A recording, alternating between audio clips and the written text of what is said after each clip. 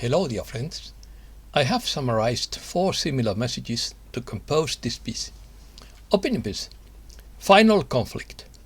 For our soul, there is temporary chaos. Threshold of great dawn. Life is a game, but a serious one. What is the abomination of desolation? Religion will be swept away by revelation. Let's start. Final Battle for the Future of Humankind by Martin Goetz. This is a battle for eternal souls beyond time, and the biblical nature of it is not an analogy or a metaphor. It is literal. The bad guys want to lead souls astray from ascending, and the good guys want to save the maximum number of souls, i.e., the greatest good for the greatest number of human beings. This is the final battle to free humankind from the invisible chains, and it begins with those who are least able to defend themselves. Those of us who have suffered all these years of isolation and ridicule have already broken free of the hive mind ahead of time. There is an imminent period of chaos, and the evil is exposed to all undigested. The old corrupt structures must collapse for us to have a clean reset of civilization. Those who sleep comfortably will have to face the consequences of their past decisions. There is a hidden underground civilization of which we are unaware, including ancient tunnels and massive infrastructure. There is a great deal of hidden activity going on in both polar regions. There is an off-world element to this war. It is hard to separate the psyops from the truth when you can't visit the poles or go into outer space in person. But the fact that we are being deliberately misled means that there is something important being hidden from us. We are not the only species involved on both sides. Scalar and nuclear weapons activity has attracted attention from elsewhere, as it presents certain risks beyond our neighborhood. We are seeing an interdimensional conflict involving quantum physics and timeline engineering, as well as an invisible realm of consciousness and activity. Our history has been altered, although you can more or less reconstruct it once you accept that the timeline is false. A cycle of civilization resets and cataclysms has occurred. We are easily manipulated into cultural self-destruction over and over again. Conflict occurs as a basic level of consciousness, and our ability to engage in war is subverted by our restricted and modified language, and the lack of understanding of symbolism, gematria, and numerology. Genetic engineering is an important part of this conflict, and it is likely that humans are the result of external intervention and intelligent design, raising the question of who designs the designer. We live in clone wars. We have been enslaved for a considerable amount of time, used as a cheap labor. The battle for freedom is much more than legal and debt slavery or human trafficking, and is much darker.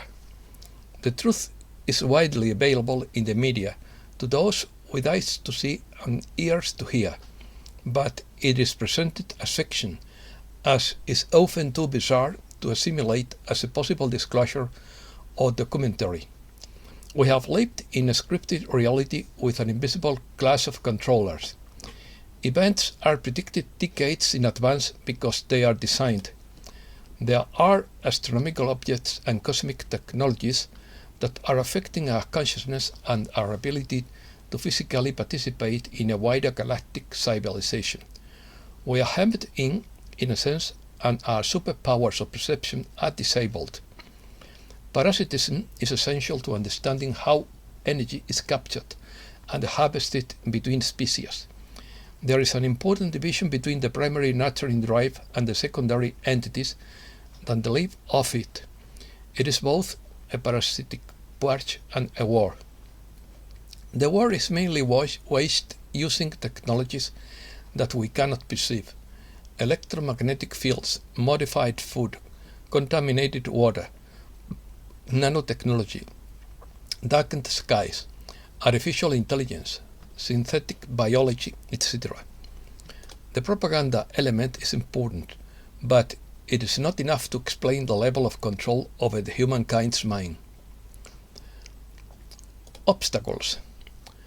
According to Mike Kinsey, the dark ones take every opportunity to lead us away from the truth, and it is a role they play for which they have been appointed because of their karmic responsibility. With their experience, it is a target they play for, and they are well prepared. Spiritual progress can be very rapid as long as you face your challenges, but unfortunately, many souls find it difficult not to fall under the influence of those who tempt them away from the light. We know that life can be hard, but as we often point out, you are not put to more tests than you can handle. Realize that you do not face the dark ones alone, and your guides are always with you, doing their best to ensure that you respond positively. They are often that quiet voice that prompts you to take the right action when you are faced with a challenge. Life is a game, but a serious one, and few realize its true meaning. It's planned to provide the experiences you need to evolve. So when you know you are being challenged, so when you know that you do your best to respond in the right way. Desolation. What is the abomination of desolation? The expression abomination of desolation originates in the Bible, especially in the books of Daniel and Matthew. In both cases, it refers to an event or figure that brings desolation and desecration to a holy place. The book of Daniel refers to a future event in which the altar of the temple would be desecrated. In New Testament, in the book of Matthew 24:15, Jesus also mentions the abomination of desolation when speaking of the events that would precede his second coming. Jesus warns his followers of a coming time when an abomination will be set up in a holy place, indicating a desecration of the temple again. This reference can be understood as a symbolic warning of future events. New reality. The Arcturian Council 9D through Daniel Scranton. We are very happy to announce to all that you have been co-creating a wonderful reality for all to ascend into. It is a reality that is filled with light and love, compassion and creativity, and it is the reality that is being created out of the world you live in and all the discord you experience.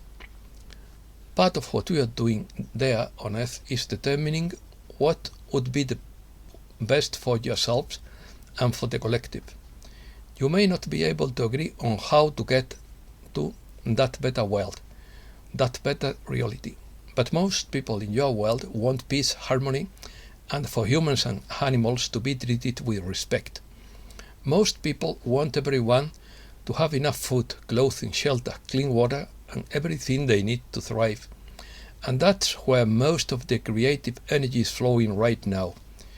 You are building that reality out of the ashes of this one that is crumbling around you. You can see that the reality you are in is not holding up. You know you can't continue on the same course you have been on as a collective and stay on Earth. And that is why so many people are interested in space, colonizing Mars, finding a new Earth-like planet and the possibility of living on a space station. People are ready to throw in the towel because with your mind you can't figure out how to get from where you are to where most of you want to go. Of course, there are still those in positions of great wealth, power and authority who want things to stay as they are, but their numbers are small and yours are great. And when you disagree on how to get a better reality, you become divided and less powerful as a collective.